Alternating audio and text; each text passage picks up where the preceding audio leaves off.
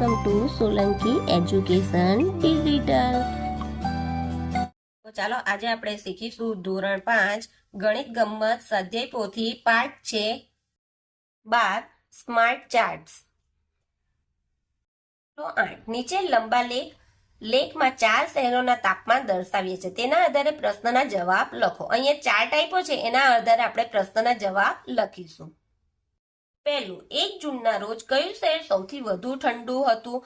જો અહીંયા જે સૌથી નાની સંખ્યા હશે તે શું થશે કે ઠંડા માટે વપરાશે, અને સૌથી મોટી સંખ્યા હશે તે ગરમી માટે વપરાશે. એટલે આ નિયમ યાદ રાખજો.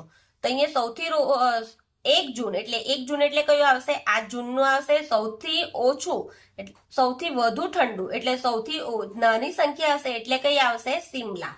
તો અહીંયા લખીશું આપણે સિમલા કેટલી ડિગ્રી હતું? 22 સેલ્સિયસ ડિગ્રી હતું.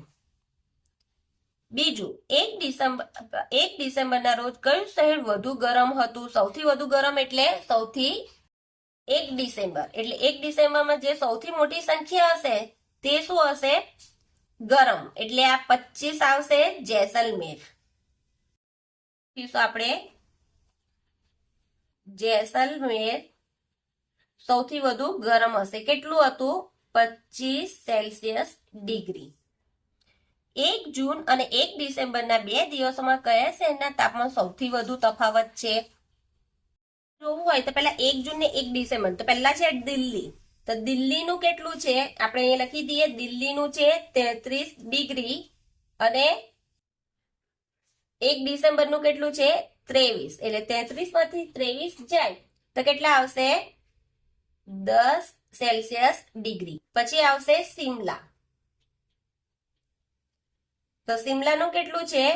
22 ડિગ્રી અને 1 ડિસેમ્બરમાં કેટલું છે? 10.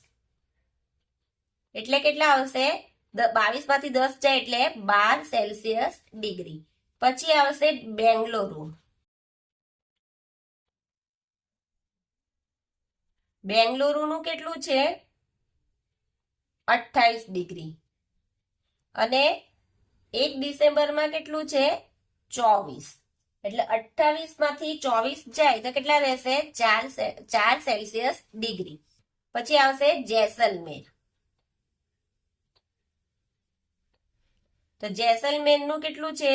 1 જૂનનું 38 ડિગ્રી અને 1 ડિસેમ્બરમાં કેટલું છે? 25. એટલે 38 માંથી 25 બાદ કરીએ તો કેટલા આવશે? 13 સેલ્સિયસ ડિગ્રી. હવે એના પરથી આપણે જવાબ લખીએ. સૌથી વધારે સેલ્સિયસ કયું છે? 13 ડિગ્રી. એટલે અહીંયા તફાવત આપણે લખીશું બેંગલુરુ 4 સેલ્સિયસ ડિગ્રી ઓછો તફાવત છે. પાંચમું, 1 જૂન અને 1 ડિસેમ્બરના આ 2 દિવસોમાં કયા શહેરના તાપમાનમાં 10 સેલ્સિયસ તફાવત છે? તફાવત જો 10 ડિગ્રીનો તફાવત કયો છે? દિલ્હીમાં. લખીશું દિલ્હી 10 સેલ્સિયસ ડિગ્રી તફાવત છે.